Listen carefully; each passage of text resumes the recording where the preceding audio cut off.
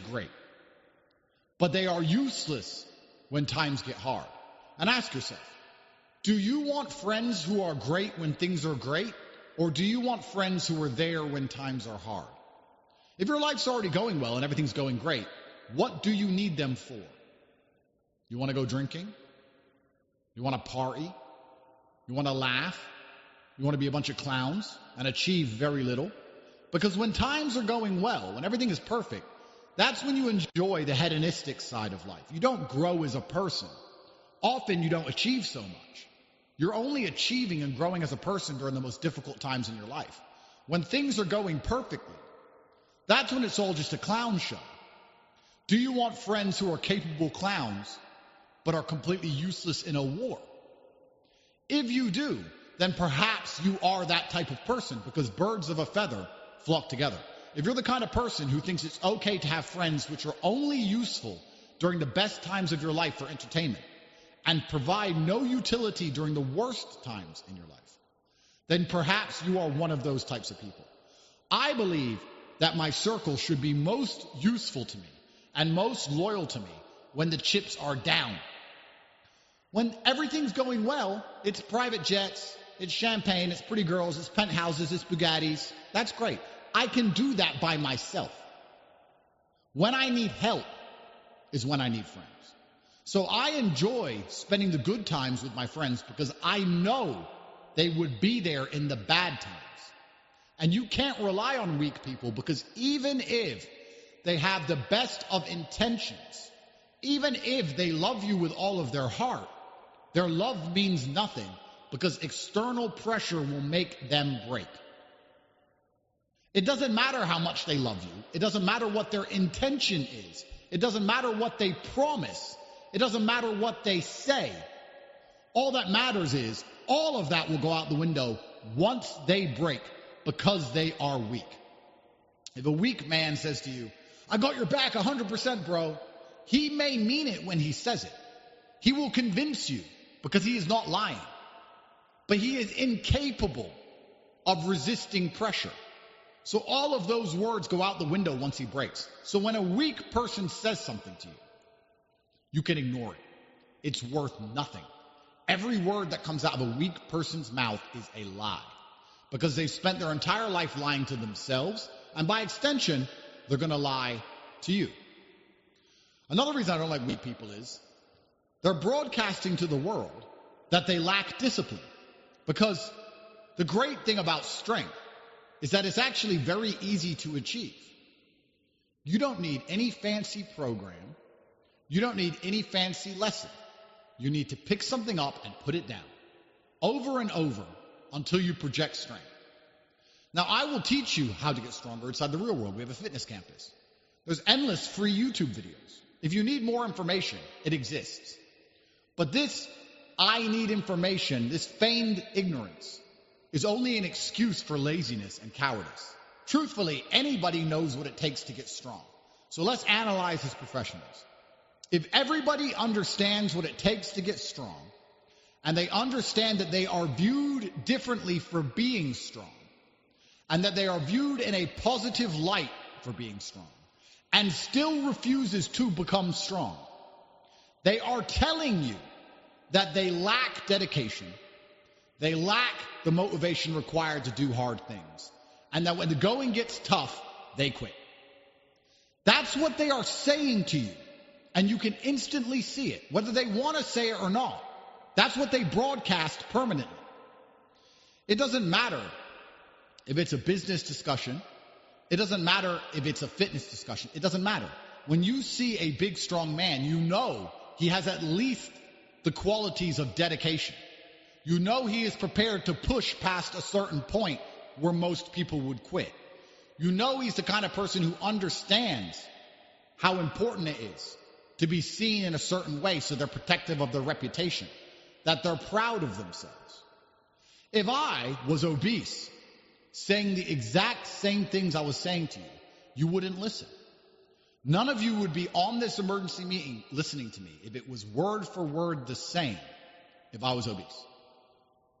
You are here because you know I understand the tenets of strength, and I understand the tenets of discipline.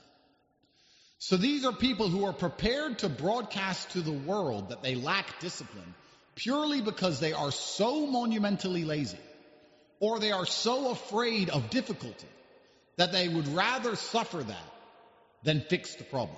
What does that tell you about a potential business collaboration?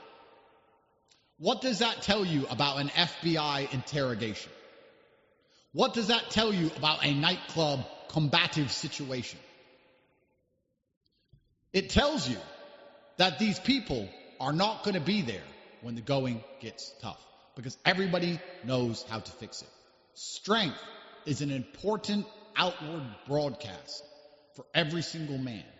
And anybody who is weak has accepted how they are viewed because they are so monumentally lazy that they're not prepared to do what it takes. And they also try and cope for that themselves. And if they are dishonest with themselves, they are going to be permanently dishonest with you. And that is why, once I created my life to look for people around me who valued, coveted, worked towards strength, a lot of the treachery has disappeared. When I was in jail, nobody in my circle betrayed me. Nobody. Which is actually very rare. When a man gets arrested and 50 of his people are dragged into rooms and threatened with jail, someone usually bends and breaks. This happens in the mafia. This happens in the big criminal gangs. The baddest of the bad people, they find a rat. With me, they couldn't find a single rat. Because I have people around me I can trust. Which is also, because it's not just physical strength, we're also talking about mental strength. And I'm going to say something which is highly controversial. I know that's unlike me, but this is very important. If you have somebody in your circle that is struggling with an addiction, as a good friend, perhaps you can try and help them. But if they continue to struggle with this addiction, if their mind is so weak that they are controlled by this substance, whatever it is, will they sell you out for this substance sooner or later? Why are you trying to help this person and have this monumental liability near you? I say depression isn't real because I believe that. I don't believe depression is real because by believing in it, you give it power. If you say depression is a real thing, you can become depressed. Much like a ghost. If you're afraid of ghosts, you're afraid to be in a forest alone at night. If you don't believe in ghosts, you're not afraid to be in the forest because there's nothing to fear. I don't believe in depression. And I've had a more difficult life than all of the people I've ever met who told me they were depressed. Which is once again confirmed to me that depression is not real. And you cannot change my mind because I will not adhere to a mindset which weakens me. So I don't want to listen to people who are sad about how the world works. So depressed people can't convince me that it's real. These are weak people. If I had somebody near me who was depressed, could I trust them? Could I trust them if things got hard? Could I trust them with money? If somebody is so depressed that they refuse to get up and do the right things for their own life, do you think they're going to do the right things for me and my life and our mission? Can you trust somebody who cannot control their own mind? There are people out there which are so mentally weak, they will think of a thought, and that thought will destroy them. They will have a thought that they create in their own mind themselves. It's in their head. And instead of turning it off or fixing it, they will allow it to fester to the point where their body and their life degrades. And they will be defeated by their own thought. Can you trust somebody who is that weak? When somebody near me says they're depressed, they have about a day to snap out of it. Because if there's someone around me who is depressed, I don't trust them anymore. Why would I want friends who aren't excited to stay alive? I mean, you're depressed. You want to jump off a building. Well, This groundbreaking charger is taking the tech world by storm. It can charge your phone from 0 to 100%. What good are you in a combat situation? You're ready to die anyway. You've already given up. I don't need those people, and I don't want those people. And by creating your life to only have strong people in it, not only do you remove many attack vectors, because I want to make this clear, on a long enough time frame, weakness will betray you. Every single time I have ever been too gracious to a weak person, I was betrayed. Just like I said, if I drop this phone, I know it will fall. If you are friends with somebody weak, they will betray you. And it doesn't matter what they have a weakness for. If they have a weakness for gambling, they will steal your money. If they have a weakness for women, they'll try and sleep with your ex. If they have a weakness because they're depressed, they're going to externally blame you and blame the entire world for their own lifestyle choices. If they have a physical weakness, then you cannot rely on them in a police interrogation or a combat situation. The easiest way to identify if somebody is going to betray you or not is simply based on, are they strong or weak? And this can also be extrapolated to intention. This can also be extrapolated out to intention. So let's ask ourselves something important. Let's do a thought experiment. Let's pretend you had two friends.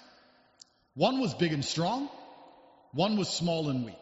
And both of them decided, for whatever reason, to betray or subvert you. The big strong man would be obvious about his intention and use his strength and power, because that's one of his moves. Inside of his poker deck, he has the, I'm big and strong, this is what I'm going to do, get over it. The weak man doesn't have that. So the weak man can only resort to treachery, to sneaky behavior, to hidden shadow intentions. Big, strong men can be honest because big, strong men are unafraid. So if I had a friend and I didn't want to be their friend anymore, I could sit and say, I don't want to be your friend anymore. Why? Because you're depressed and I don't trust you. Well, are you betraying me? You're not helping me with my depression?